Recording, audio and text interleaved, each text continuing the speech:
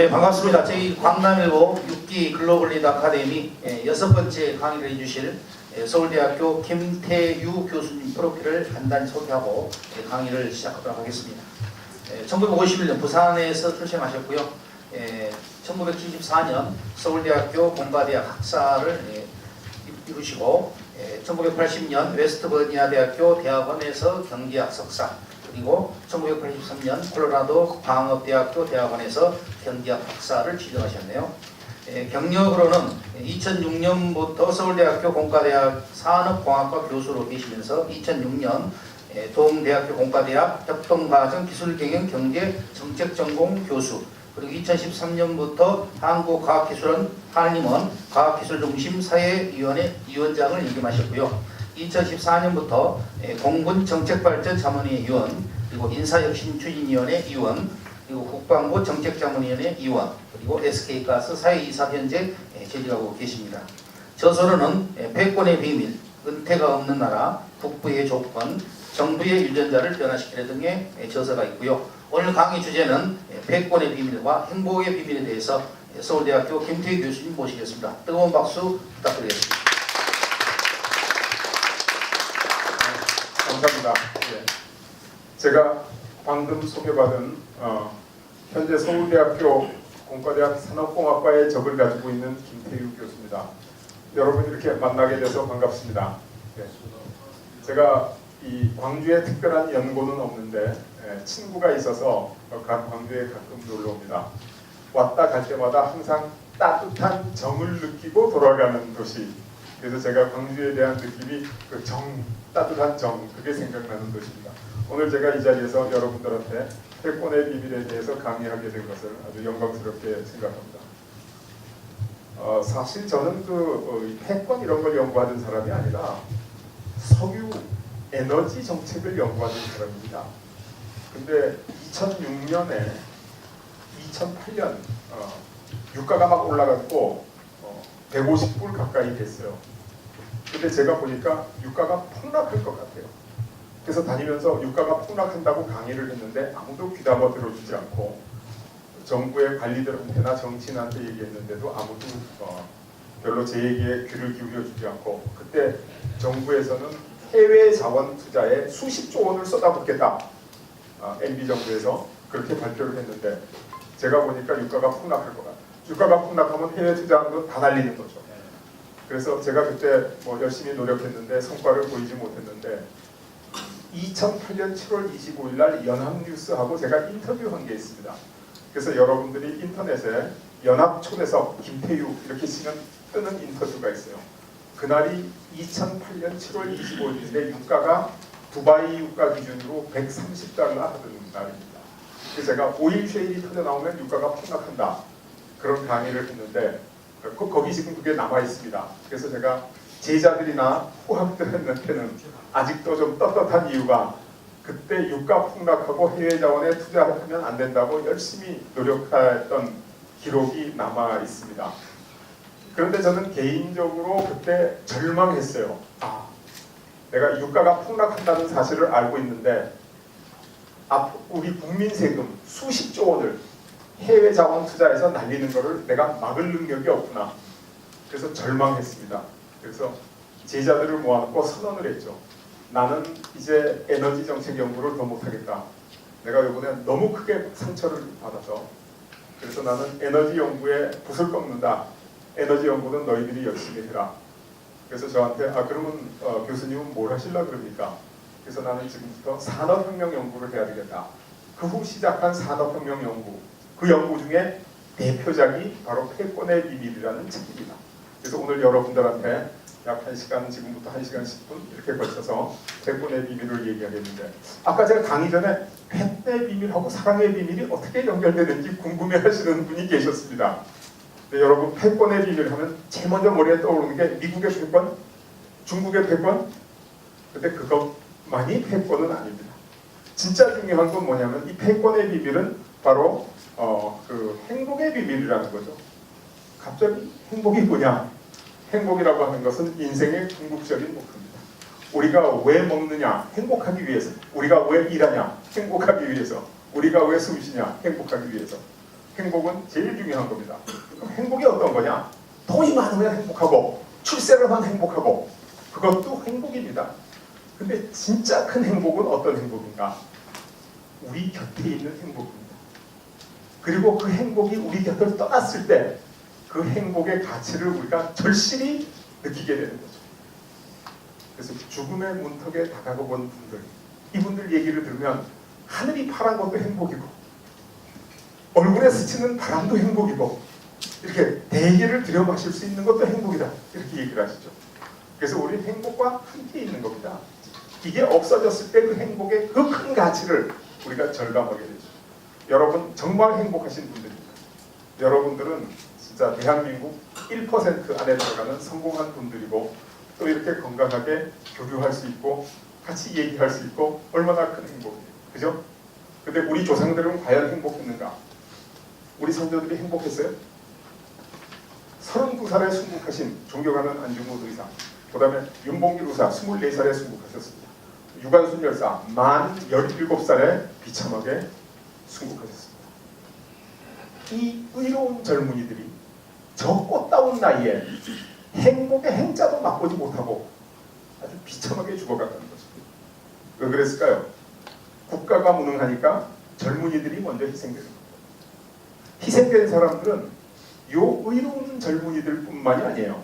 그 당시에 우리나라에 물경 400만 명에 달하는 청년들이 저 남양군도에, 그 다음에 혹한의 만주 대륙에 징용이라는 이름으로 끌려가서 못 먹고 못 입고 그렇게 고생하다가 지금 무덤도 없이 그 영혼이 아직도 구천을 헤매고 있다는 거예요.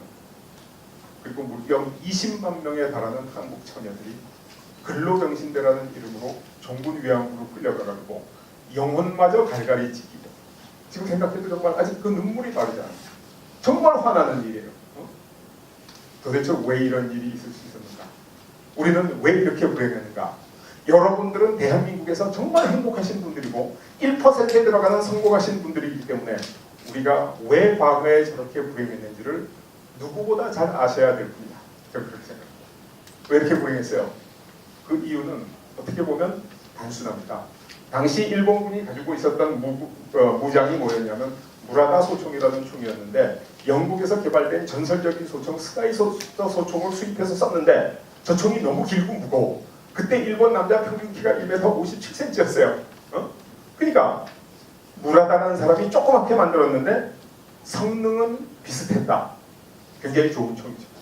작고 가벼운데 성능이 비슷하니까 그때 조선군은 뭘로 무장하고 있었냐? 화승총으로 무장하고 있었어요. 이거 임진왜란 때 쓰던 조총입니다. 총이라고도 할 수 없는 거죠. 그런데 우리는 저 총을 가지고 일본군과 한번 멋지게 싸워보지도 못하고 나라를 뺏깁니다. 그리고 동학농민군이 이제 광군의 무기고를 탈취하고 탈취한 광군과 합세해서 화승총으로 무장하고 일본군과 싸웁니다. 그게 바로 동학농민혁명이죠. 그래서 일본군 군사기록에 몇 월 며칠 어디서 동학농민군 몇 명 사살 다 기록이 있습니다. 다 합쳐보면 몇 명을 사살했냐? 동학농민군 3만 명이 사살됐습니다. 양민 학살까지 합치면 30만 명에 달한다는 얘기도 있는데, 어쨌든 사살당한 동학군만 3만 명이 있는데 일본군은 몇 명 전사했느냐? 몇 명쯤 했을 것 같아요? 1명 전사했어요. 믿어지지 않죠? 옛날에 KBS 역사 스페셜에 3만 대 1이라는 다큐멘터리 프로그램이 있었어요. 왜 이런 일이 있을 수 있었냐? 그 이유는 이 무라다 소총은 유효 사거리가 800m, 엎드려 쏴자서 해서 1분에 12발에서 15발을 쏠 수 있는데 이 화승총은 사거리가 100m밖에 안 돼요. 100m 조금 넘어요. 거기다가 재장전 하는데 2, 3분 걸려요. 그러니까 800m부터 100m 올 때까지 쏴서 다 죽이는 겁니다. 그래서 일본군 기록에 일본군 1명이 동학군 200명을 능히 제압할 수 있다. 그렇게 써놨어요. 한국 사람이 바보입니까? 한국 사람이 일본 사람보다 체력도 좋고 투지도 좋고, 근데 총이 달랐던 거죠. 총이. 제가 지금 얘기하는 총은 그냥 총이 아닙니다. 저런 총을 만들 수 있는 기업과 기술이 있는 산업혁명을 한 나라하고 못한 나라하고의 차이죠. 근데 일본은 저렇게 좋은 총이 있었는데 우리는 왜 그 총이 없었냐? 이유는 이렇습니다. 19세기에 서양 열강이 동양을 침탈하기 시작했는데 1853년도에 미국의 페리 제독이 일본에 와서 통상을 하자 일본에서 우리는 세국 정책을 한다 안 했죠. 그래서 군함을 끌고 동경만에 진입한 겁니다. 그래서 동경만에서 한 번 쏘면서 화력 시범을 보였어요. 그러면서 내가 다시 돌아올 때까지 개항하지 않으면 쳐들어가겠다. 그게 일본이 받은 쇼크인데 우리 조선은 불과 13년 후에 프랑스의 함대가 강화도를 습격해가지고 우리나라 그 고문서를 탈취하고 그래가지고 병인양요가 했던 거죠. 일본이 받은 쇼크와 한국이 받은 쇼크는 불과 13년 차이예요. 그런데 일본은 저기서 산업화에 성공합니다. 왜 그럴 수 있었냐? 이때 그 일본에 올라간 보고서에 페리 제독의 대포, 양이의 대포는 우리 일본의 대포보다 서너 배 멀리 갑니다. 양이가 다시 와서 우리한테 대포를 쏘기 시작하면 우리 포탄은 단 한 발도 양이한테 미치지 못하고 우리는 앉은 자리에서 다 죽습니다. 이렇게 보고가 올라갔어요. 그런데 병인양요 때는 어떻게 보고가 올라갔냐? 양원수 장군의 보고서에 의할 것 같으면 양이의 총은 우리의 총은 100보나 다른데 양이의 총은 500보가 나간다. 5배 멀리 간다. 똑같은 기술 차이를 인식했죠. 그렇죠? 그런데 대응은 정반대로 했습니다. 일본은 어떻게 대응했냐? 일본의 유신의 아버지라고 불리는 사람이 있어요. 아베 수상이 제일 존경한다고 하는 사람. 이 사람이 요시다 쇼인이라는 사람인데 이 사람이 저기 보이는 요 판잣집 요게 그 요시다 쇼인의 서당입니다. 요 서당에서 학생들을 가르치면서 대양이를 가르쳤어요. 대양이가 뭐냐? 서양 오랑캐를 제압하는 올바른 방법. 그게 뭐냐? 싸우면 다 죽는다. 서양 오랑캐 산업혁명을 배우자. 이게 대양이에요. 대양이의 반대를 뭐라 그랬냐? 무대포라고 했어요. 무대포가 뭐냐? 무철포. 철포도 없이 달려들어서 개죽음하는 바보. 그게 무대포예요. 그런데 우리는 어떻게 대응했냐? 흥선대원군께서 척화비를 세우고 양이와 싸우지 않는 것은 화친하는 것이고 양이와 화친하는 것은 나라를 팔아먹는 거다. 그러니까 무대포로 대응을 시작한 것이죠. 어떻게 보면 가슴 아픈 일이죠. 그래서 요시다 쇼이는 쇼가 손주고 송하, 소나무 및 서당이라는 서당에서 1년 반 동안 90명의 제자를 양성하는데 이 90명의 제자가 메이지 유신 과정에서 반이 싸우다 죽습니다. 남은 반이 남아가지고 메이지 유신을 완성해요. 대표적인 사람이 일본 군대의 아버지 야마가다 아리모토, 일본 행정의 아버지 이토 히로부미 이런 사람 9명의 대신을 배출하면서 그 일본이 저렇게 조그만 서당에서 학생들 가르쳐가지고 열심히 공부해서 근대적인 강대국이 되고 조선을 식민지로 거느리고 교육이 굉장히 중요하지 않습니까? 그죠? 그래서 교육을 백년지 대계라고 불렀는데 우리나라에서는 교육 안 했냐? 많이 했어요. 우리나라에서. 서울에는 성균관에 해당하는 서울대학교에 해당하는 성균관이 있고 지방에는 지방국립대학에 해당하는 향교가 340개 중 있었어요. 그리고 사립대학에 해당하는 서원이 성현의 제사는 1년에 한두 번 지내고 공부하는 사립학교예요. 그래서 퇴계 선생을 모시는 도산서원, 율곡 선생을 모시는 송담서원 이런 서원이 전국에 400개에서 많을 땐 600개까지 있었어요. 그럼 우리나라는 800개에서 1000개에 해당하는 교육기관에서 열심히 공부했는데 결과는 어떻게 되냐? 우리 일본의 식민지가 됩니다. 교육이 중요하면 우리도 교육 열심히 했는데 왜 이렇게 됐냐? 일본에서 뭘 공부했냐면 화헌양제를 가르쳤어요. 요시다 쇼이는 원래 맹자를 공부한 유학자인데 맹자를 실천적으로 새로 해석하면서 서양의 과학기술을 배워야 되겠다. 그래서 화헌, 일본의 혼은 지키되 양제, 서양의 기술, 산업혁명을 배우자. 이걸 가르친 거예요. 근데 우리는 이 많은 학교에서 서원에서, 향교에서 뭘 공부했냐? 위정척사를. 위정척사가 뭐냐? 주자학으로 이 나라를 굳건히시키자. 저 무지몽매한 서양 오랑캐들을 인과 더불어 교화시키자. 아마 영국, 프랑스 사람 그 얘기 들었으면 배를 잡고 웃었을지도. 그래서 우리는 어떻게 되냐? 일본의 식민지로 들어가. 화헌 안에는 일본이 있고 양제에는 미래가 있는데 위정척사는 천년 전에 중국의 헛소리예요. 나쁘게 얘기하면 현대에 맞지 않는 얘기예요. 그래서 우리가 일본의 식민지를 전락하고 아까 말씀드린 그런 엄청난 불행을 겪게 됐다. 그런 얘기죠. 이게 한국과 일본 사이에서 일어난 일회성 사건이냐? 안 그렇습니다. 산업혁명을 뭐라고 부르냐면 그레이트 다이버전스, 대분기라고 부릅니다. 왜? 산업혁명 전에는 시저 같은 영웅이 나오면 로마가 세계를 지배해요. 징기스칸 같은 영웅이 나오면 몽골가 세계를 지배해. 나폴레옹이 나오면 프랑스가 세계를 지배해. 그런데 산업혁명이 딱 터지고부터는 인류 문명이 두 개로 갈라져 버려요. 주인과 노예, 지배자와 식민지. 어떻게 갈라지냐? 산업혁명에 성공한 나라는 전부 지배자가 되고 산업혁명에 실패한 나라는 전부 식민지가 됐어요. 예외가 없어. 혹간 정치적인 식민지를 면한 나라도 한두 개 있었는데 경제적인 식민지를 면한 나라는 단 하나도 없었어요. 그래서 산업혁명이라고 하는 것은 인류의 신분을 주인과 노예로 가른 대사건인데 그때 일본은 막차 타고 편승해가지고 산업혁명에 들어갔는데 우리는 그 차를 우리가 처음 산업혁명을 거부한 거죠. 그래서 제가 그런 불행을 겪었다라는 말씀을 여러분들한테 지금 드린 겁니다. 불행. 자, 그럼 산업혁명이 하늘에서 뚝 떨어진 사건이냐?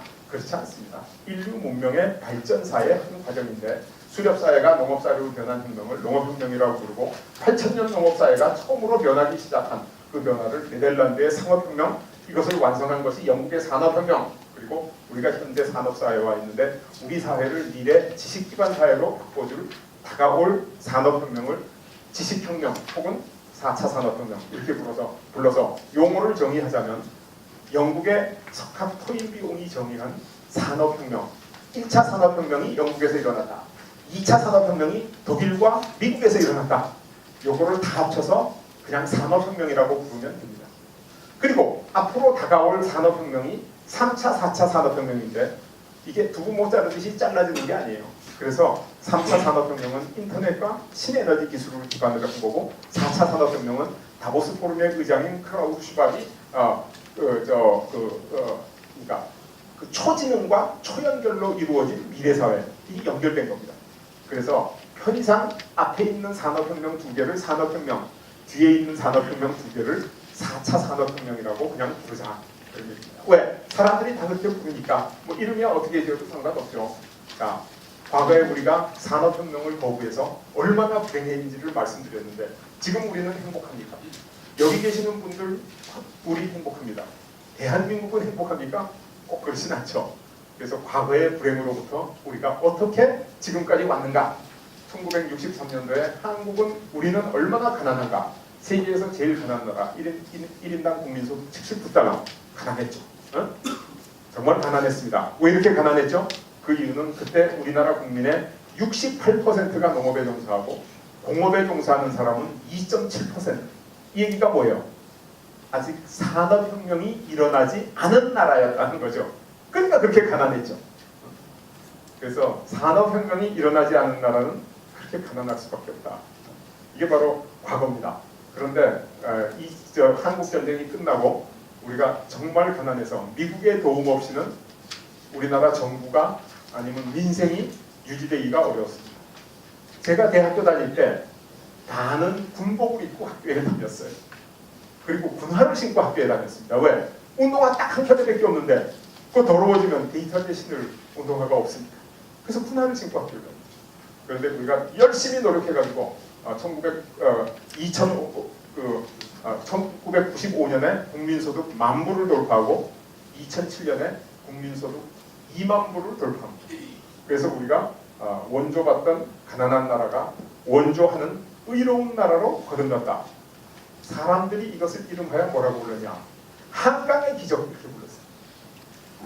한강의 기적은 진정한 기적인데 저는 라인강의 기적은 기적이 아니라는 거예요. 왜? 독일은 2차 대전 전에 전투기, 탱크 그걸 다 만들었어요. 기술이 있었어. 그래서 전쟁의 공장이 불나서 다 무너졌는데 새로 공장 지은 게 무슨 기적이에요? 그거 기적 아닙니다. 그죠? 그런데 경제가 발전하려면 세 가지 조건이 있어야죠. 첫째는 자본이 있든지 기술이 있든지 지하 자원이 있든지 이 3대 조건이 다 맞으면 경제가 발전하는 거예요. 두 개만 있어도 어느 정도 발전할 수 있어.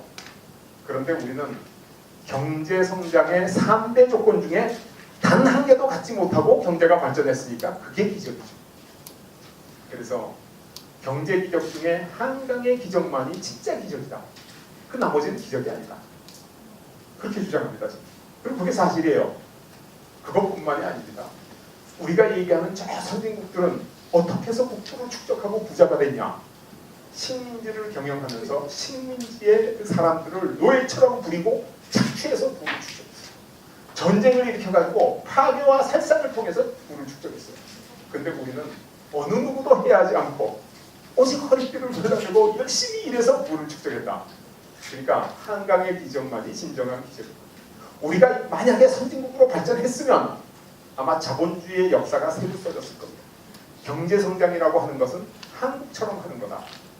그랬을 텐데 불행하게도 우리가 선진국 진입에 실패하고 맙니다. 그래서 지금 어떻게 되냐? 2013년도 맥켄지 한국 보고서에 의할 것 같으면 우리가 가계부채가 증가하고 저출산 고령화가 오고 그래서 북핵보다도 경제가 위기다. 저거 5년 전에 그랬어요. 지금은 북핵도 위기고 경제도 위기예요. 다행히 남북회담이 잘 돼서 북핵 위기로부터 벗어나기를 학수고대하고 있죠. 그러나 위기는 여전히 위기입니다. 그래서 이미 맥켄지에서 한강의 기적은 끝났다. 이렇게 선언을 했어요. 심지어 뭐라 그러냐? 한국 경제는 냄비 속의 개구리와 같다. 뜨거운 물에다가 개구리 탁 집어넣으면 뜨거워 그러고 도망가 버리죠. 그래서 안 죽어요. 찬물에 넣어놓고 슬슬 끓이면 개구리는 변온동물이라서 도망을 안 갑니다. 그러니까 이 사람들 한 얘기가 뭐냐면 한국 경제는 냄비 속의 개구리처럼 지가 죽어도 죽는 줄도 모르네. 이렇게 얘기한 거예요. 과거에 한국 경제에 대한 존경과 찬사가 한국 경제에 대한 조롱과 비하로 바뀌어버린 거예요. 가슴 아픈 일이죠. 일본을 포함해서 미국, 프랑스, 독일, 영국 지금 있는 모든 선진국은 국민소득 2만 불에서 10년이 지나지 않고 최장기 9년 만에 3만 불을 돌파했는데 우리는 2007년에 국민소득 2만 불을 돌파한 지 올해로 11년이 넘었습니다. 그런데도 3만 불에 도달하지 못해요. 그건 뭐냐? 우리는 앞으로 선진국의 꿈이 저 멀리 가버린 거다. 우리는 선진국이 되지 못할지도 모른다. 위기라면 정말 큰 위기입니다. 가슴 아픈 일이죠. 어떻게 이런 위기에 오게 됩니까? 그래서 지금 우리나라 경제가 정말 건실하게 잘 발전을 하다가 이런 위기에 처한 한강의 기적이 중단된 이유를 찾아보면 그 사이에 있었던 사건 때문일 거다. 이렇게 생각합니다. 우리 아주 착하고 우수하고 효자고 모범생인 학생이 어느 날 완전히 개망나니가 돼서 사고를 친다. 그럼 뭔가 문제가 있었던 거 아니에요? 그죠? 그 사이에 크게 두 개의 사건이 있었습니다. 하나는 IMF 외환 위기, 또 하나는 2008년 금융위기. 그래서 이 두 개의 큰 위기를 우리가 잘 처리했는가 잘못 처리했는가에 따라서 우리가 선진국이 되었는가 못 되는가가 결정된다는 거죠. 그런데 지금도 논쟁이 오가고 있어요. 우리는 굉장히 잘 처리했다. 최선을 다했다. 이렇게 주장하시는 분들도 있는데 지금 우리는 경제성장 동력을 상실한 건 분명한 결과 아닙니다. 그죠? 아니 의사가 나는 약을 써서 잘 치료를 했는데 환자가 악화됐어. 그 치료 잘한 겁니까? 잘못한 거죠. 환자의 병이 나면 치료를 잘한 거고 악화되면 잘못한 거죠. 근데 경제성장 동력이 상실됐으니까 문제가 있었다. 당연한 거죠. 그러니까 우리 처방이 잘못된 거예요. 왜 처방이 잘못됐냐? 진단이 잘못됐기 때문에. 이렇게밖에 못 씁니다. 물론 이 과정 하나하나를 얘기하려고 그러면 너무나 길고 너무나 많은 내용이라 오늘 다 말씀 못 드리지만은 결과를 보면 우리 처방이 옳았는지 그르렀는지를 우리가 분명히 알 수 있다. 분명히 잘못됐습니다. 그래도 많은 분들이 아니야 우리는 최선을 다했어. 우리는 할 수 있는 대로 다 했어. 근데 그 변명은 통하지 않습니다. 왜? 우리나라 젊은이들이 자기 자신을 뭐라고 불러요? 3포 세대, 7포 세대라고 부르는 거예요. 연애도 포기하고 결혼도 포기하고 꿈도 포기하고 희망도 포기하고 젊은이들이 이렇게 괴롭다는데 왜 이렇게 괴로워졌어요? 우리가 다 잘했으면. 그러면 젊은이들이 괴로우면 노인들은 행복해요? 우리나라 노인들의 빈곤율이 OECD 평균의 4배예요. 세계에서 제일 가난해. 그리고 우리나라 사람 자살률이 세계에서 제일 높아. 30대, 40대 자살률 제일 높은데 그 다음에 60대 이상의 자살률은 다른 나라의 2배, 3배 돼요. 젊은이들은 정말 괴로워하면서 너무 불행해서 사는 것을 포기하고 숨만 쉬고 있는데 노인들은 아예 사는 것까지 포기하고 자살률이 세계에 제일 높은 나라. 그러면 뭔가 잘못된 거죠. 우리는 아직도 행복하지 않습니다. 행복할 뻔했는데 선진국에 진입을 못한 거예요. 그래서 다시 중진국에 이렇게 빠져버린 겁니다. 그래서 왜 이렇게 됐냐? 아마도 IMF 외환 위기와 2008년 금융위기를 신자유주의에 의존해서 벗어나려 그런 게 문제가 아니었을까라고 생각하게 됩니다. 자, 오늘 여러분들 하루 종일 열심히 일하시고 또 이렇게 참 향한결에 붙어가지고 좋은 강의 듣겠다고 오셨는데 우리는 불행합니다. 과거에도 불행했습니다. 이렇게 얘기하니까 여러분들 지금 마음이 얼마나 아프시겠어요. 사실 이 얘기만 할 것 같으면 저도 여기까지 오지도 않습니다. 왜 여러분한테 이런 얘기를 하러 와요? 그런데 정말 다행스러운 건 우리가 이 위기를 극복할 수 있는 그 기회가 다가오고 있다. 우리는 이 과거의 뼈아픈 고통 또 중간에 절반의 성공으로 인한 실패 이것을 다 극복할 수 있는 기회가 오고 있습니다. 그 기회를 뭐라고 부르냐? 이른바야 4차 산업혁명이라고 부릅니다. 4차 산업혁명. 그래서 왜 4차 산업혁명이냐? 어떤 분들 아마 여기 강의나 딴 데서 들어보셨을 거예요. 우리나라에서만 4차 산업혁명 가지고 떠들지 내가 외국에 가보니까 아무도 4차 산업혁명 얘기 안 하더라. 그분은 영어는 아시는데 뜻은 잘 모르시는 분입니다. 외국에서는 4차 산업혁명을 디지털 트랜스포메이션, 인더스트리 4.0, 소사이어티 5.0 이렇게 다른 이름으로 부릅니다. 이름이 다르다 그래서 사람이 달라진 게 아니에요.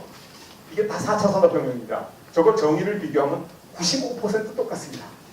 그래서 1차 산업혁명에 성공해서 선진 강대국이 된 모든 나라는 지금 4차 산업혁명의 국력을 총집결하고 있습니다. 우리가 4차 산업혁명에 꼭 성공해야 됩니다. 왜 성공해야 되는지 제가 이걸 그래프로 그려보면 농업사회의 경제성장은 성장하는 속도가 점점 줄어드는 감속하는 성장을 하게 됐습니다.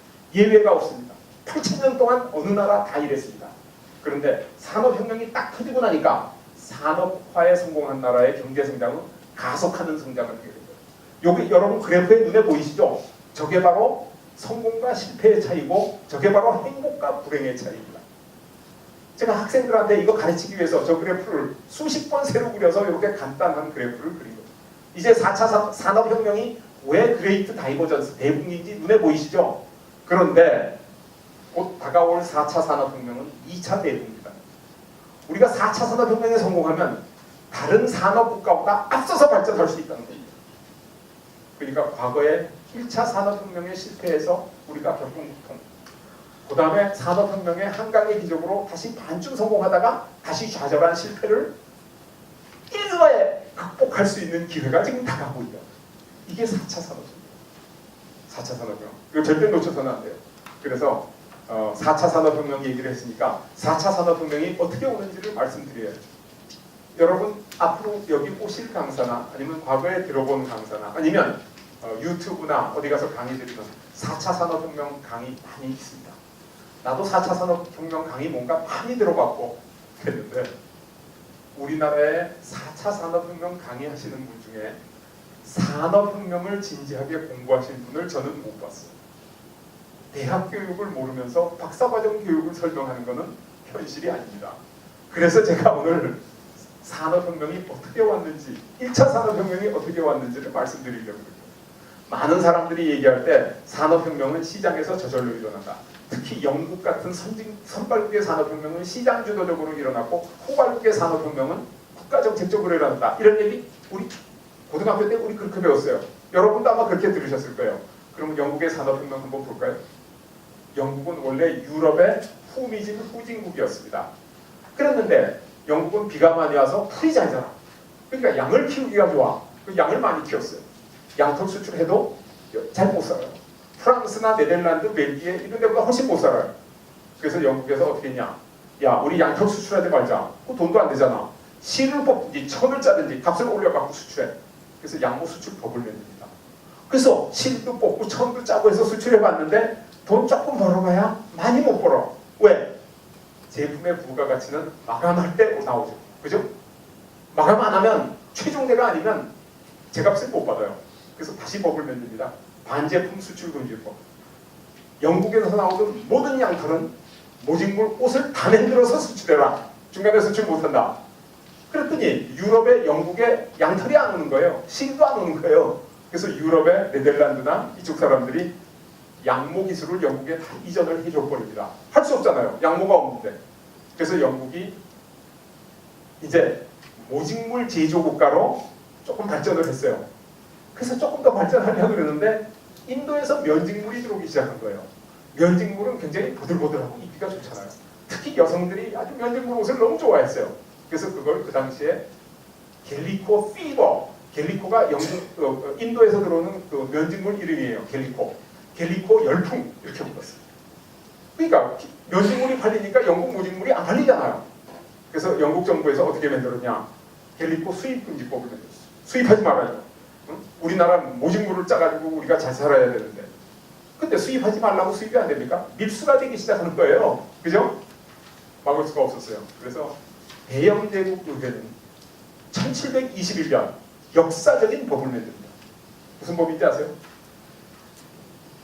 갤리코 착용금지법.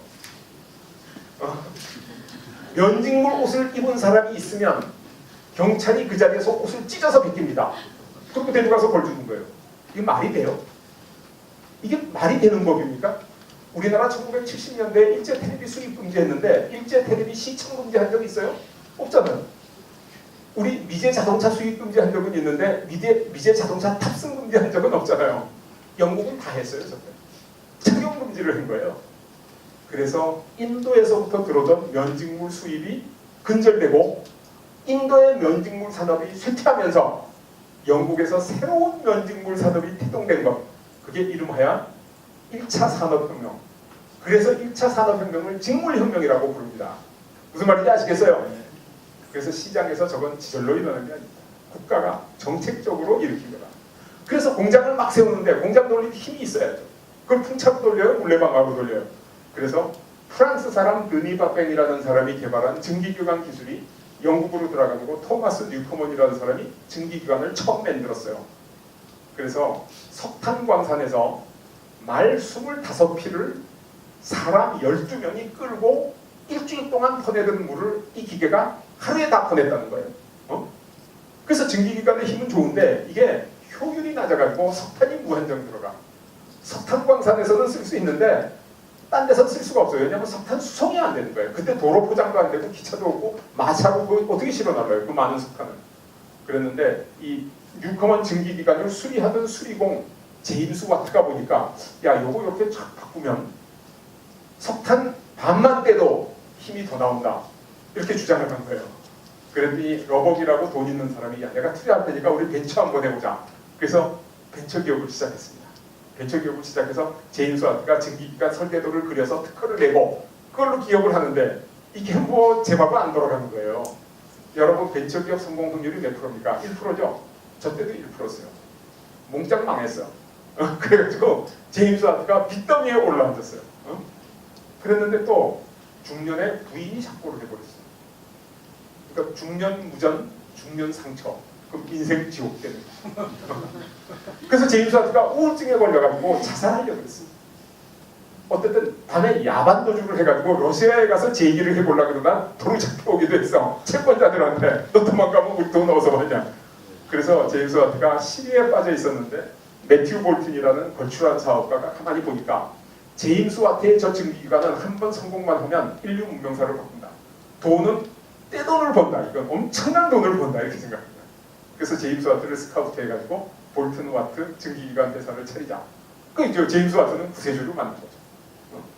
그래서 이제 그 회사를 차리기로 했는데 회사를 실사해 보니까 이건 회사도 아니야. 뭐 빚더미고 뭐 이건 아마 사채도 많이 끌어다 썼는 것 같아. 정확한 건 모르지만.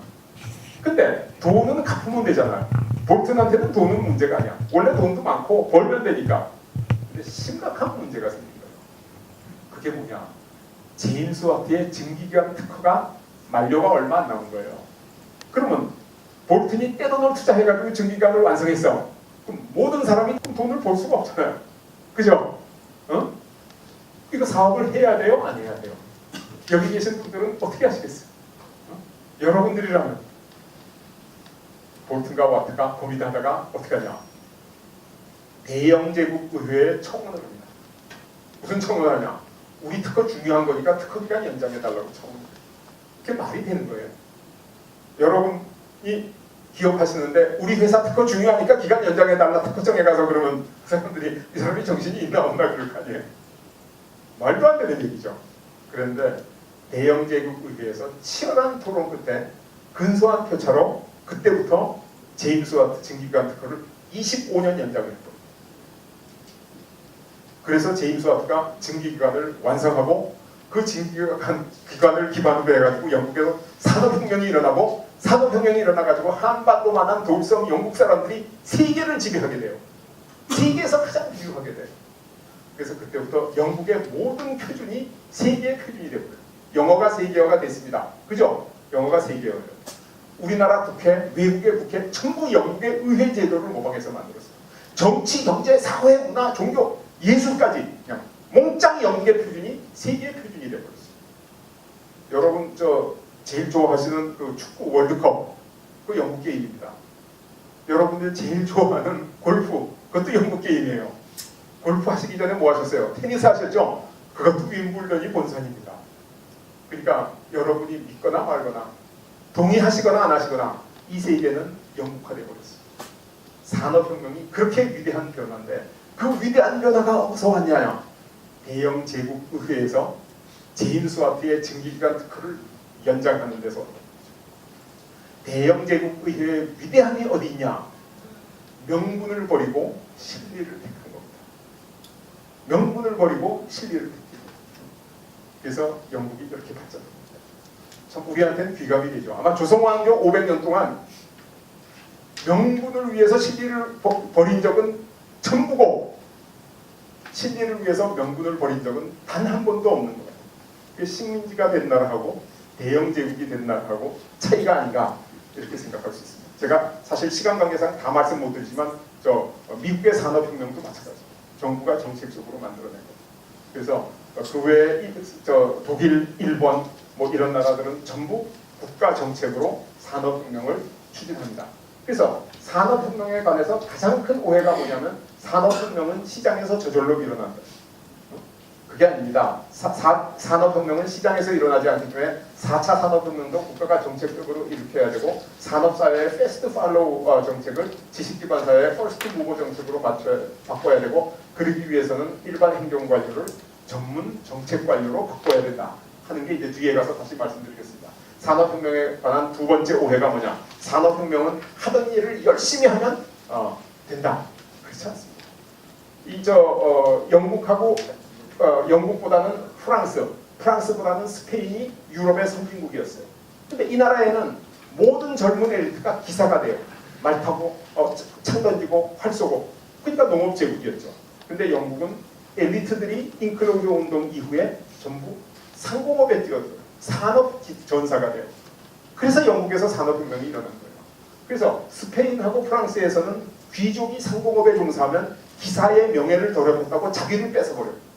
그런데 영국에서는 아크라이트 같은 사람은 아주 미천한 가문, 떠돌이 이발사, 그러니까 엿장사 같은 일을 하던 사람이에요. 그런데 저 사람이 아크라이트 방적기를 개발하고 나서 귀족의 자규를 받고 주지사로까지 임명돼요. 그래서 그 사회의 엘리트가 기사가 되면 농업국, 그 사회의 엘리트가 소위 앙트레프리누어, 기업가와 기술자, 산업혁명에 종사하면 그 나라가 산업혁명이 일어납니다. 그런데 우리나라는 지금 어떠냐? 젊은이들이 37%가 공무원 되겠다. 공시죠. 저 사람들은 산업혁명에 도움이 되질 않아요. 우리나라의 공무원이 많아야 되냐 적어야 되냐는 다른 문제입니다. 저는 우리나라의 공무원 숫자가 더 늘어나도 된다고 생각해요. 왜? OECD 기준으로 보면 적으니까. 그런데 젊은 20대, 30대 젊은이를 공무원으로 보내면 심각한 문제가 있다는 거예요. 그게 뭐냐? 다보스 포럼의 직업의 미래라는 보고서에서 나오기를 앞으로 10년 이내에 인공지능하고 로봇가 제일 먼저 교체할 게 일반 그 행정관리예요. 여러분 주민센터 있죠? 앞으로 10년 이내에 완전히 무인화됩니다. 완전히 무인화돼요. 그럼 우리나라의 젊은이 지금 7급 공무원 갔다가 9급 공무원 갔다가 앞으로 10년 후에 쓸데없는 사람이 되고, 우리나라의 제일 우수한 그 똑똑하고 공부 잘하는 사람 뭐예요? 의대 가죠. 의대 가서 공부 거기서 또 잘하면 뭐래요? 성형외과 의사 되죠. 그럼 우리나라의 최고의 천재는 어디 가서 뭐 하고 있냐? 압구정동에서 쌍꺼풀 수술. 혼자 잘 먹고 잘 사는 거예요. 아니면 뭐 간호사하고 둘이 잘 먹고 잘 살지도 몰라. 그런데 만약에 저 천재가 기업에 가가지고 반도체 다음에 나올 스마트 반도체를 개발했다 그러면 그 스마트 반도체를 가지고 만들어낼 새로운 스마트폰, 새로운 텔레비전, 새로운 기기, 음향기 이래가지고 수십만 명, 어쩌면 100만 명이 있어요. 수백만 명이 같이 먹고 살지도 몰라요. 그러니까 대한민국의 진짜 천재를 혼자 잘 먹고 잘 살게 하느냐, 아니면 다 함께 잘 살게 하느냐, 국가정책에 따라서 우리의 미래가 완전히 달라집니다. 그런데 우리나라의 우수한 사람 다 의대 가가지고 의사 되는데, 다보스 포럼의 직업의 미래에 두 번째 나오는 얘기가 뭐냐면 앞으로 10년 이내에 의료 서비스의 80%가 인공지능하고 로봇으로 다 바뀐대요. 그래서 지금 암 진단하는 세계 최고의 의사 이름이 뭔지 아세요? 왓슨. 왓슨이 컴퓨터 프로그램 이름이에요. 소프트웨어예요. 그거 왜 개발했냐면 제퍼디라는 퀴즈 프로그램 맞는 컴퓨터 프로그램을 만들었는데 퀴즈 프로그램 챔피언하고 경쟁에서 다 이겼어요. 그러고 나서 거기다가 암 진단 사례를 다 기억시키니까 지금 세계에서 암 진단을 제일 잘해요. 이건 메디컬 매거진, 미국 의료계에서 다 인정하는 거예요. 그러니까 우리나라의 젊고 유능한 사람을 미래에 쓰잘데기 없이 다 컴퓨터, 로봇하고 인공지능으로 대체될 일을 시키고 있으면 우리의 미래는 없습니다. 이걸 바꿔야 돼요. 그래서 우리나라의 과학기술 ICT 분야에 배출하는 학위수가 선진국보다 작고, 우리 지금 인공지능 분야의 박사학위 1년에 30명 나오는데 중국이 2,000명 나와요. 그리고도 우리가 4차 산업혁명을 해 중국하고 경쟁해서 이겨요? 어렵습니다. 그래서 지금 우리가 해야 될 게 뭐냐? 산업혁명은 하던 일을 그냥 열심히 하면 절대로 안 된다. 절대로 안다. 그래서 4차 산업혁명도 젊은 엘리트가 4차 산업혁명 분야로 바뀌어요. 그리고 공시생들이 4차 산업혁명 역군으로, 의사지망생을 바이오 리서처 연구자로 이렇게 바꾸는데, 이게 학문적으로는 플루이드 인텔리전스가 높은 젊은이와 크리스탈라이즈드가 인텔리전스가 높은 장년층으로 나눠서 직업을 선별해야 된다. 이것도 제가 책으로 써서 뒤에 잠깐 말씀드리겠습니다. 자, 제가 오늘 열심히 산업혁명에 대해서 말씀드리고 있는데, 산업혁명에 대한 오해를 바로잡겠습니다. 1차 산업혁명은 저절로 일어난 것이 아니다. 그래서 4차 산업혁명도 절대로 저절로 일어나지 않는다. 1차 산업혁명은 국가가 정책으로 일으킨 것이다. 4차 산업혁명도 국가가 정책으로 일으켜야 한다. 제가 여러분들한테 꼭 기억해달라고 던지는 메시지가 뭐냐면 1차 산업혁명은 일어난 것이 아니라 일으킨 것이다. 일어난 것과 일으킨 것은 다릅니다. 4차 산업혁명도 일어나지 않습니다. 우리가 일으킬 때만 일어납니다. 그런데 그냥 우리가 열심히 일하면 되냐? 아니에요. 국가 정책으로 해야 돼요. 근데 1차 산업혁명의 국가정책과 4차 산업혁명의 국가정책은 다른 정책이에요. 같은 정책이 아니에요. 다른 정책. 어떻게 다른가? 이렇게 다릅니다. 예를 들어서 1차 산업혁명은 열매를 만드는 정책이야. 철강산업을 육성하면 돼. 그 다음에 전자산업을 육성하면 돼. 과학산업을 육성하면 돼. 이게 1차 산업혁명 정책이에요. 그러나 4차 산업혁명은 뿌리를 육성해요. 왜? 열매의 종류가 너무 다양하고 많아가지고 그거 하나하나 육성할 수가 없어요. 그래서 4차 산업혁명을 성공시키는 3대 정책이 뭐냐면 정부를 혁신하고 사회를 혁신하고 대외 혁신. 요게 제가 평생 연구한 내용. 그래서 요거 3권을 책으로 썼어요. 근데 그 책 내용은 뒤에 가서 조금 더 언급하겠는데, 아직 3번째 책은 다 쓰지 못하고 지금 열심히 쓰다가 오늘 오전에도 이거 열심히 쓰다가 왔습니다. 아마 연내에 출간될 걸로 기대가 됩니다. 그래서 4차 산업혁명을 성공시키는 정책은 다르다. 그럼 정책이 뭐냐? 정책은 국가와 사회의 병을 고치는 큰 의술입니다. 사람의 병을 고치는 걸 의술이라고 그러죠. 국가 사회의 병을 고치는 의술을 정책이라고 부릅니다. 그런데 우리가 과거에 올바른 정책, 올바른 처방이 있었기 때문에 한강의 기적이 성공했습니다. 그게 왜 올바랐어요? 한강의 기적이 성공했으니까 올바른 거죠. 먹였더니 병이 났어. 그럼 좋은 약이죠. 그런데 그 후에 절반에 성공해서 시대가 변하고 약효가 없어져요. 우리가 선진국 들어가기 직전에 과거에 쓰던 약이 안 통하는 거예요. 여러분, 약을 써서 환자의 병을 반 이상 고쳤는데 이제 약효가 떨어졌어. 그럼 어떻게 해야 돼요? 약을 바꿔야죠. 근데 우리는 약을 바꾸지 않고 뭘 했냐? 약을 포기한 거예요. 시장에 맡겨라. 그래서 투약을 포기한 거예요. 이걸 신자유주의라고 합니다. 시장에 맡겨놔. 그랬더니 우리가 중진국에서 좌절했거든요. 절반의 실패로 갑니다. 이렇게 하면 안 돼. 그럼 어떻게 해야 돼? 바로 신약을 투입해서 4차 산업혁명에 성공해야 돼. 그래서 우리나라에서는 과거에 하던 정책을 버리고 시장에 맡기지 않은 사람들하고 아니야. 옛날에 성공하고 시절하는 방법으로 해봐. 둘 다 안 된다는 겁니다. 새로운 약을 투입해야 돼. 그 새로운 약이 4차 산업혁명에 성공하는 비결입니다. 이 그래프가 너무 중요해가지고 제가 또 한 번 보여드립니다. 이게 1차 산업혁명 대붕입니다. 이거 우리가 늦어가지고 이거 실패해가지고 그렇게 고통을 겪어서 두 번째 대붕기에는 우리가 꼭 성공해야 됩니다. 이거는 여러분들한테 주어진 권리이자 의무입니다.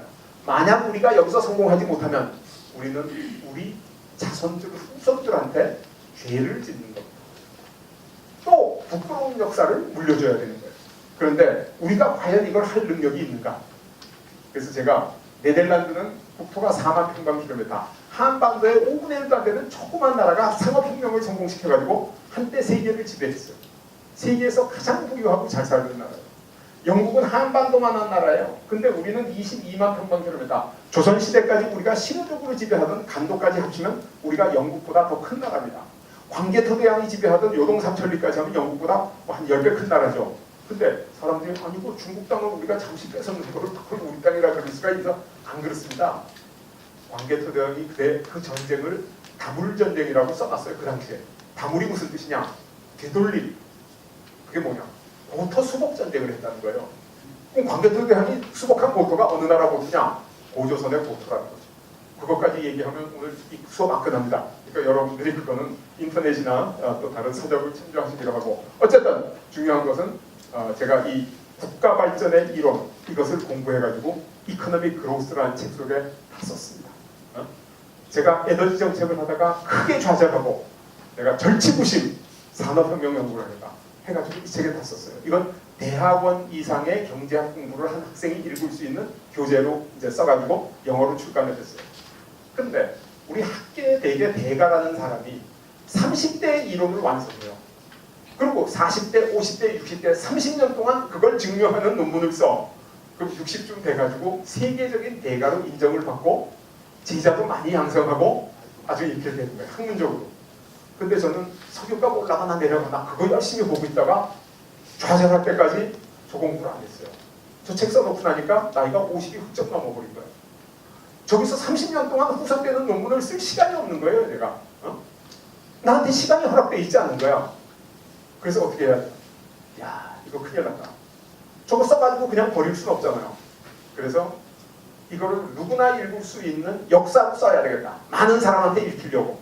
그래서 쓴 책이 The Secrets of Hegemony, 패권의 비밀이라는 영문책입니다. 저게 작년 3월달에 나왔어요. 영문으로 써놓으니까 사람들이 읽기가 어렵다. 그래서 외국 사람들은 많이 읽고 학자들이 지금 많이 읽고 있지만은 한국 사람이 읽도록 국문판 패권의 비밀을 작년 10월에 내놨습니다. 그래서 여러분들도 기회가 있으시면 패권의 비밀을 한번 봐주셨으면 좋겠다. 그래서 이 패권의 비밀은 어떻게 해서 국가가 발전하고 성공했고 어떻게 해서 그 국가가 쇠퇴했는지, 그리고 어떤 국가의 국민이 왜 얼마나 행복했고 어떤 국가의 국민이 왜 불행했는지, 바로 패권의 비밀과 행복의 비밀을 담고 있는 역사책입니다.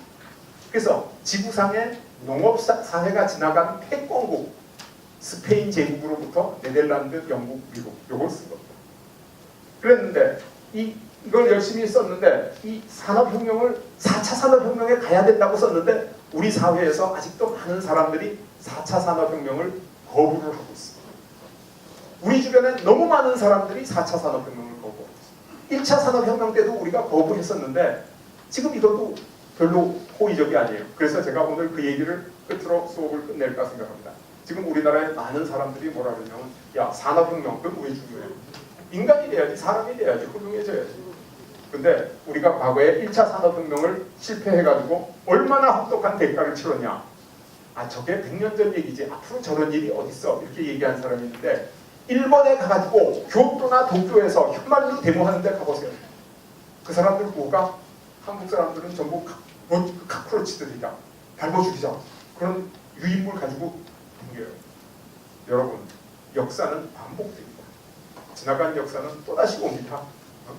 그래서 단재 신채호 선생이 역사를 잊어버린 민족은 재생할 수가 없다. 우리가 이 역사를 알고 재생하지 못하면 우리가 미래가 없습니다. 자, 이 얘기는 뭐 아까 말씀드렸으니까 그만하고 4차 산업혁명이 인간을 불행하게 만들 것처럼 생각하는 사람이 우리나라에 너무 많아요. 가장 대표적인 얘기는 직업이 없어지고 실업이 만연해서, 여러분이 이 얘기 많이 들어보셨죠? 직업이 없어지고 실업이 만연하니까 우리가 불행해진다. 4차 산업혁명 가지 말자 이런 얘기 많이 해요. 그런데 그건 굉장히 잘못된 얘기입니다.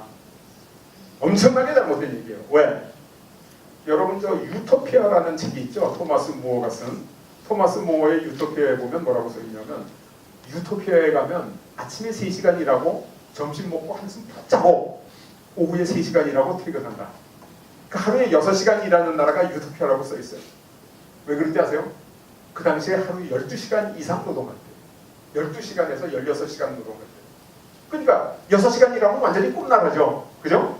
우리 지금 꿈나라 거의 다 왔습니다. 산업혁명을 통해서. 그래서 저는 인공지능과 로봇가 사람의 일을, 위험한 일, 하기 싫은 일, 지루한 일, 더러운 일을 싹 다 로봇으로 시키고 사람은 재미있는 일, 쾌적한 일, 하고 싶은 일만 해야 된다. 그래서 사람의 근무 일수를 우리가 지금 주 5일 근무제 아니에요. 주 4일 근무제로, 주 3일 근무제로 가야 된다고 생각합니다. 인간은 행복하기 위해서 태어났기 때문에 7일 중에 반 이상 일하는 것은 행복한 게 아니에요. 그죠? 반 이상 즐기고 반 이하로 일하는 그 미래로 가야 되고, 내가 학생들한테 너희들은 은퇴하기 전에 주 3일 근무제로 간다. 우리가 4차 산업혁명에 성공하면 약속해요. 약속할 수 있어.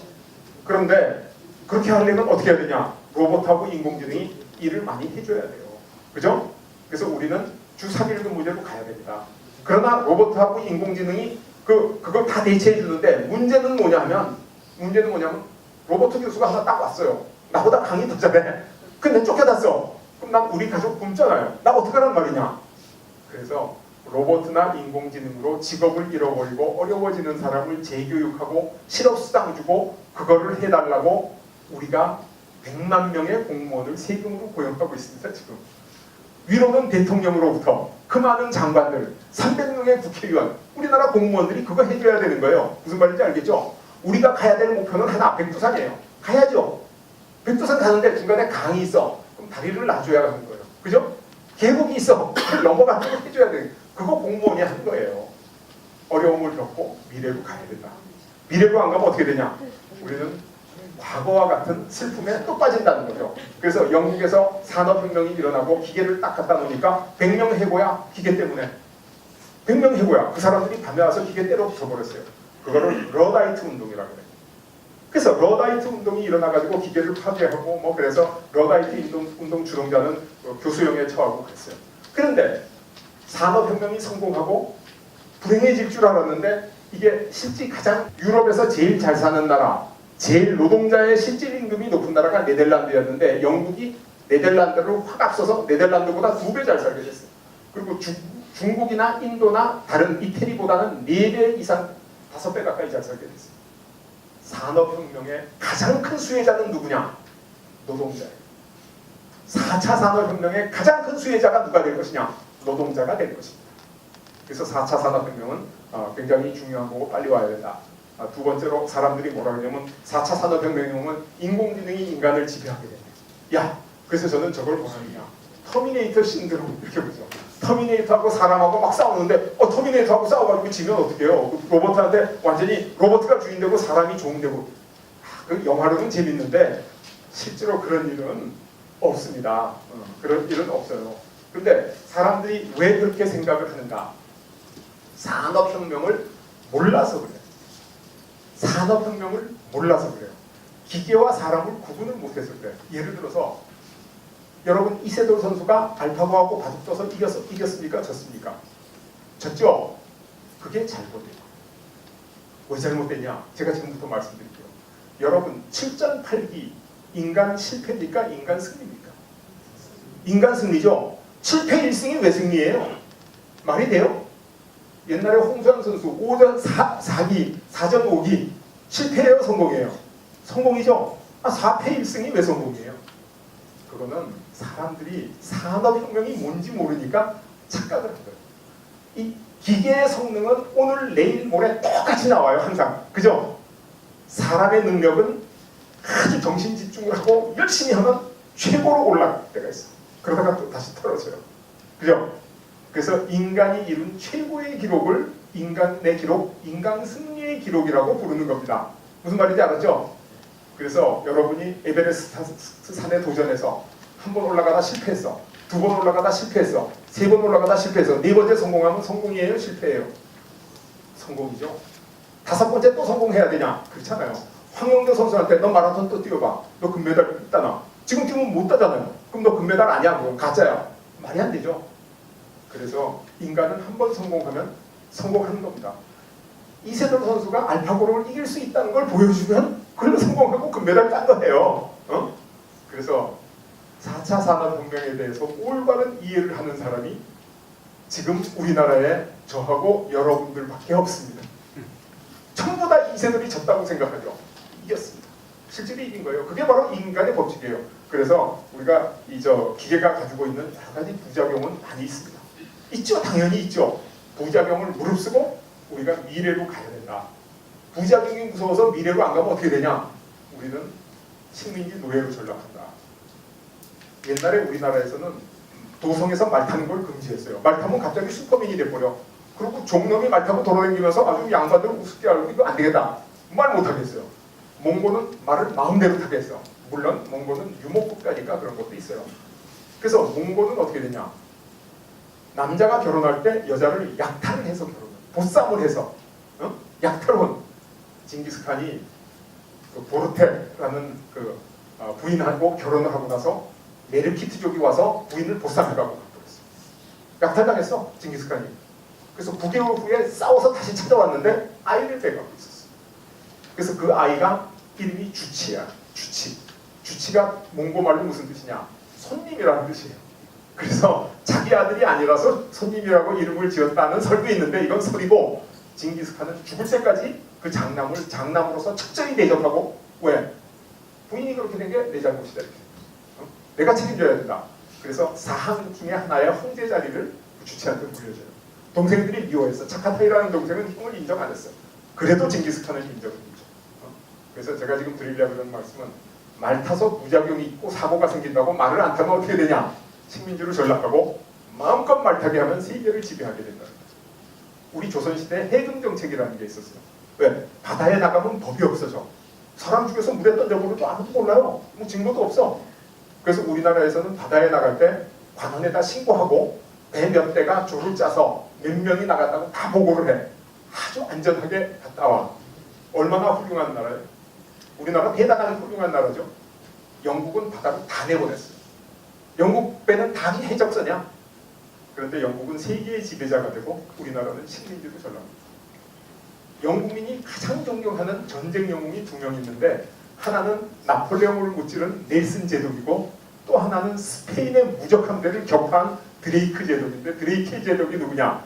그 당시에 세계 최고의 해적이었어요. 해적이었어요. 그래서 제가 해적이 좋다는 게 아닙니다. 부작용을 무릅쓰고 미래로 가면 인류 문명의 주역이 될 수 있고, 그게 무서워서 주저앉으면 식민지가 될 수밖에 없다. 다른 선택의 여지가 없어요. 여러분, 4차 산업혁명 시대에 엄청나게 좋은 기술이 있습니다. 이 기술이 만약에 우리가 들어오면 우리나라 국민이 사고로 1년에 5,000명이 죽을 것입니다. 이 기술 들어와야 됩니까? 안 들어와야 됩니까? 사고로 5,000명이 죽었어요. 최소한으로 해서. 그래서 사고를 줄여가면서 미래로 가야 우리가 인류 문명의 주역이 된다. 이건 무서워서 거꾸로 가면 우리는 어떻게 되냐? 식민지로 같이 간다는 겁니다.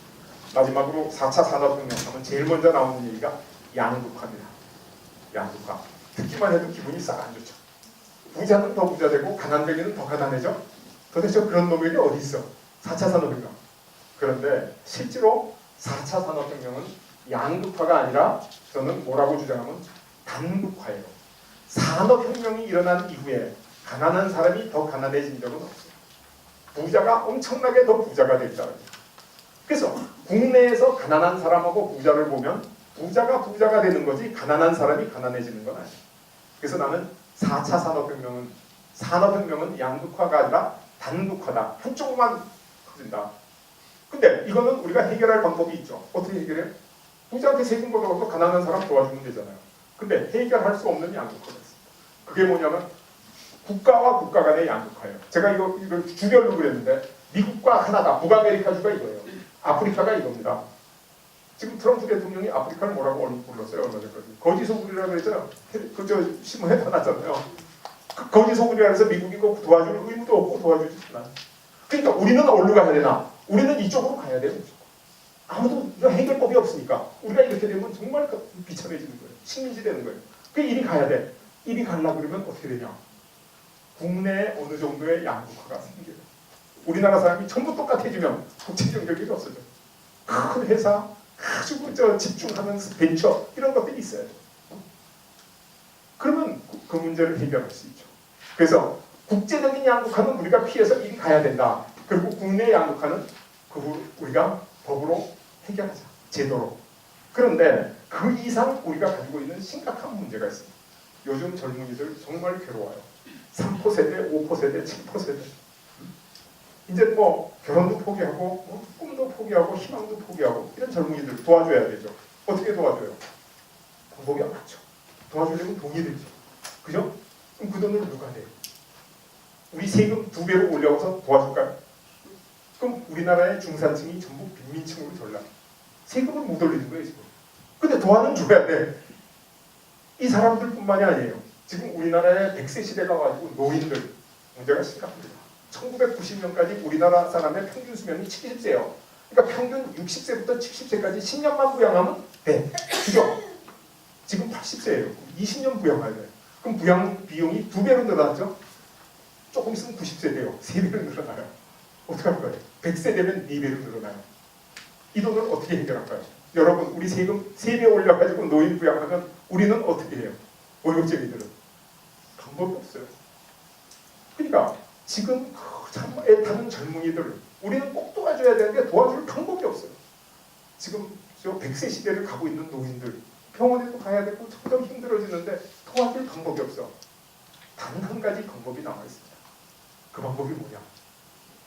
4차 산업혁명에 빨리 가서 미국의 그 마이크로소프트의 빌 게이츠나 페이스북의 주커버그 같은 엄청난 부자들이 탄생하도록 하면 그 사람들이 창출하는 가치에서 세금을 걷어서 저걸 해결할 수가 있습니다. 그 외에는 다른 방법이 실제로 이 지구상에 존재하지 않습니다. 존재하지 않아요. 여러분 이병철, 정주영 이런 대기업가가 거의 비슷한 시기에 나왔잖아요. 갑자기 왜 그래요? 그 당시에 갑자기 하늘에서 점지해줘서 그래요? 그렇잖아요. 사람은 다 똑같아요. 언제든지 그런 엄청난 능력과 운을 타고난 사람은 있어요. 다만 사회가 그 사람한테 길을 열어준 적이 없어요. 길만 열어주면 그렇게 할 수 있어요.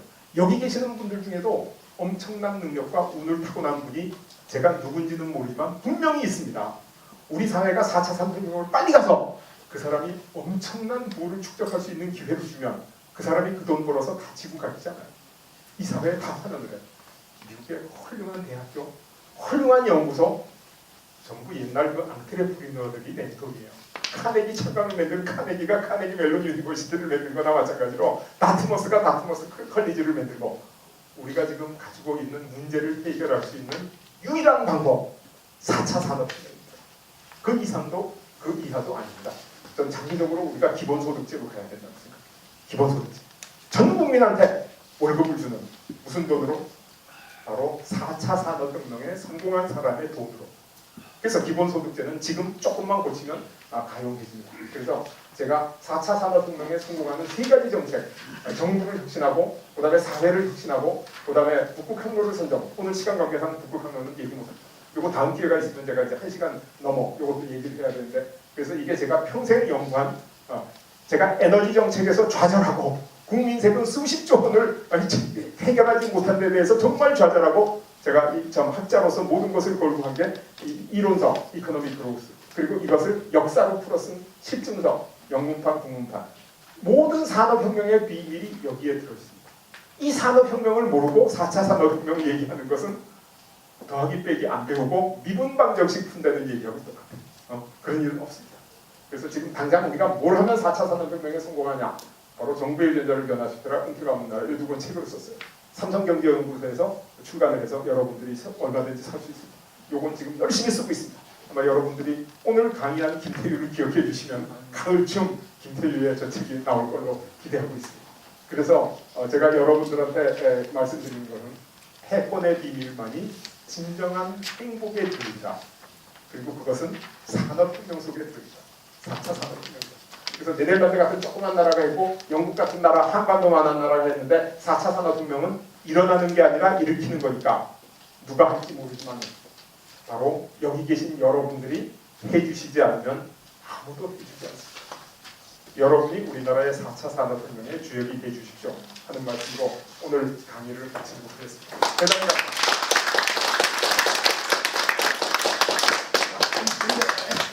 제가 강의를 시작할 때 강의 끝나고 혹시 질문이 있으면 몇 개 답하고 가라는 부회장님의 말씀이 계셔가지고 혹시 질문이 있으시면 제가 성의껏 답변 드리도록 하겠습니다.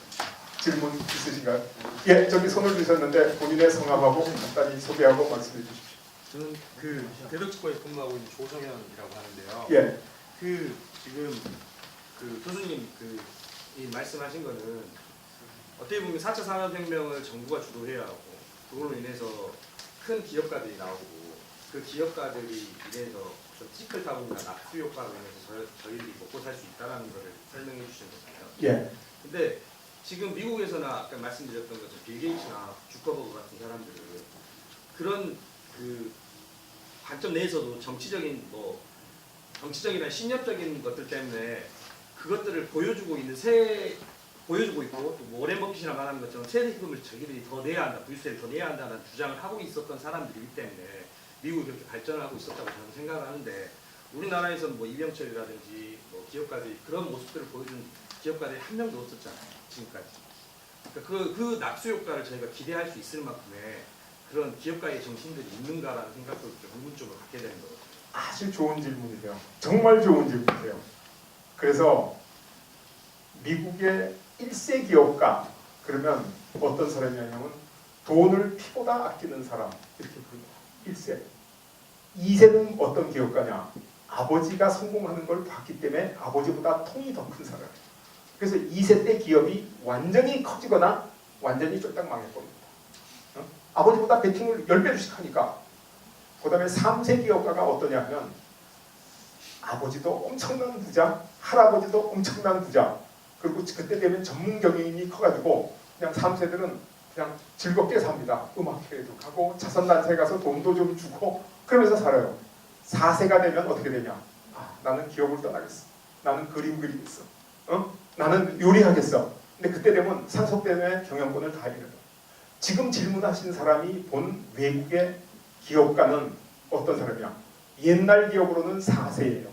그 4세의 스피릿을 받은 최근의 1세들이에요. 무슨 말인지 아시죠?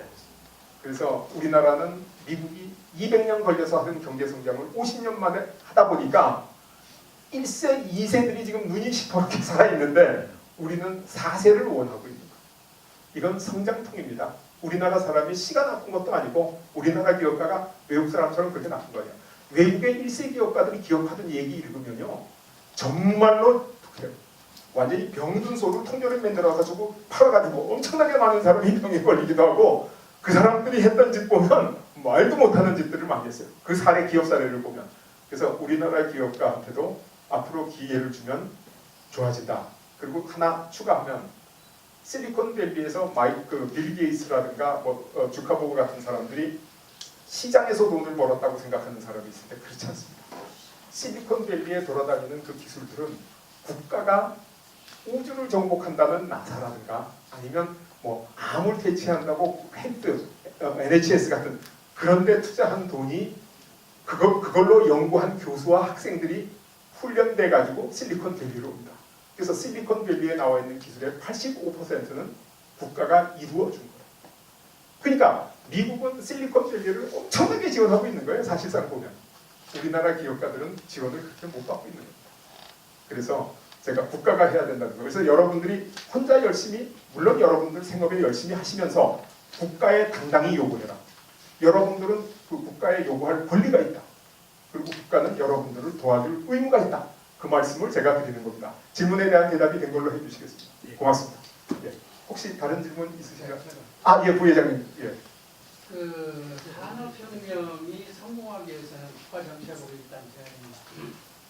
국가 정책으로 되려면 여기 있는 분들이 국가 정책으로 위반할 수 없는 거고, 예를 들어서 교수님 같은 분들이 이를테면 국가 정책에 위반이 될 수 있도록 그냥 그 역할을 좀 주셔야 되는데, 그게 이제 예. 어떤 식으로 될 것인지, 예를 들어서 아까 지금 유가 폭락을 얘기를 하시고 에너지 정책을 공부하시다가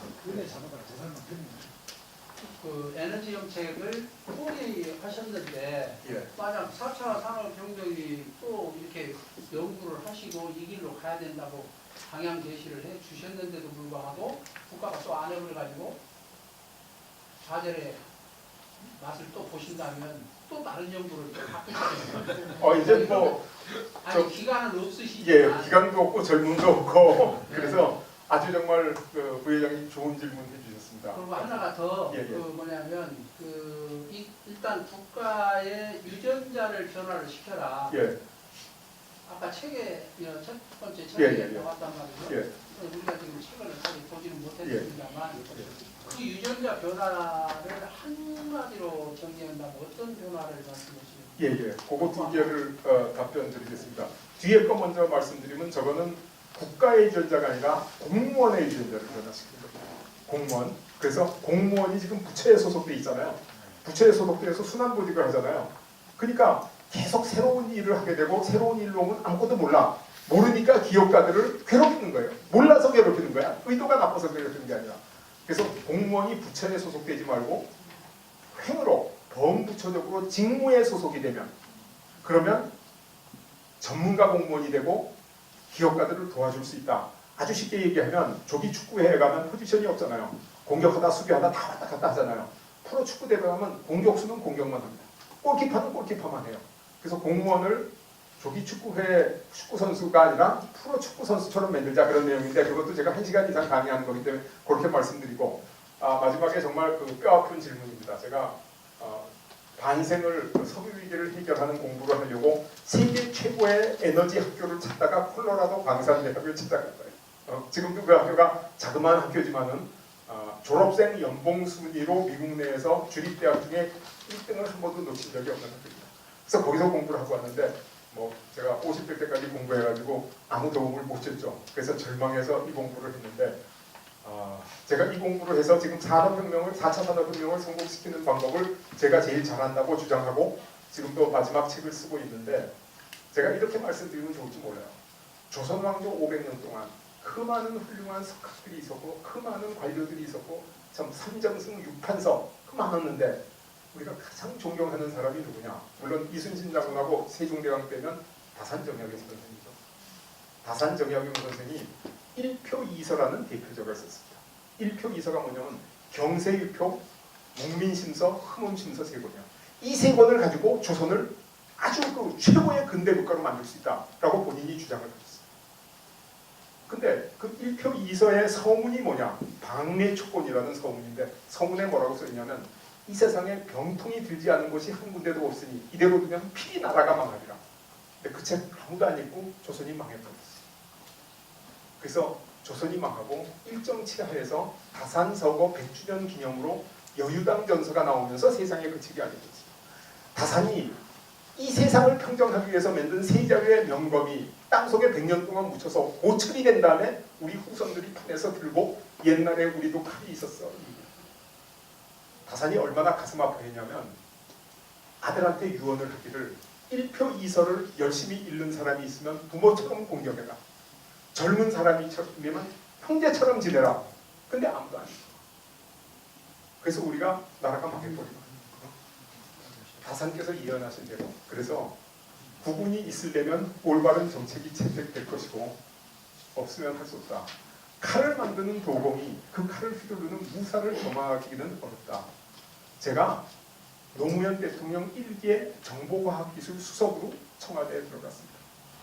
그래서 오늘 시간 관계상 다 얘기는 못하는데 그때 4차 산업혁명이라는 말이 생기기 전에 4차 산업혁명과 유사한 것을 해보려고 과기부 장관을 구청장으로 승격시키고 기술혁신본부를 만들어가지고 재정부의 예산을 R&D 예산을 영성으로 갖고 오고 그리고 미래를 대비해서 이공계 박사들을 50명을 뽑아가지고 사무관으로 특채해서 전진 배치를 하고 하다가 엄청난 반발에 부딪혀가지고 자의반 타의반으로 물러났습니다. 그래서 제가 그때 성공하지 못한 그 기업 그리고 그 경험 그걸 가지고 제가 이 연구를 할 수 있었다. 그래서 저는 그때 제가 국정 대통령 수석을 하면서 했던 일이 성공은 못했지만은 진짜 제 연구에 엄청난 그 배경이 됐다고 생각하는데 모르겠어요. 저는 여기 있는 어떤 정말 대한민국에서 평범하다면 평범한 분이 문재인 대통령한테 우리 이렇게 해야 됩니다라고 얘기하면 서울대학교 교수가 얘기한 것보다 더 열심히 봐주실 분이 문재인 대통령이다 이렇게 생각합니다. 그래서 그 요시다 쇼인의 90명의 제자가 했던 것을 여러분처럼 훌륭하신 분이 왜 못하겠냐 마음만 먹으면 할 수 있다 저는 그렇게 생각하고 그걸로 질문에 대한 답변을 대신해 주시면 대단히 감사하겠습니다. 감사합니다.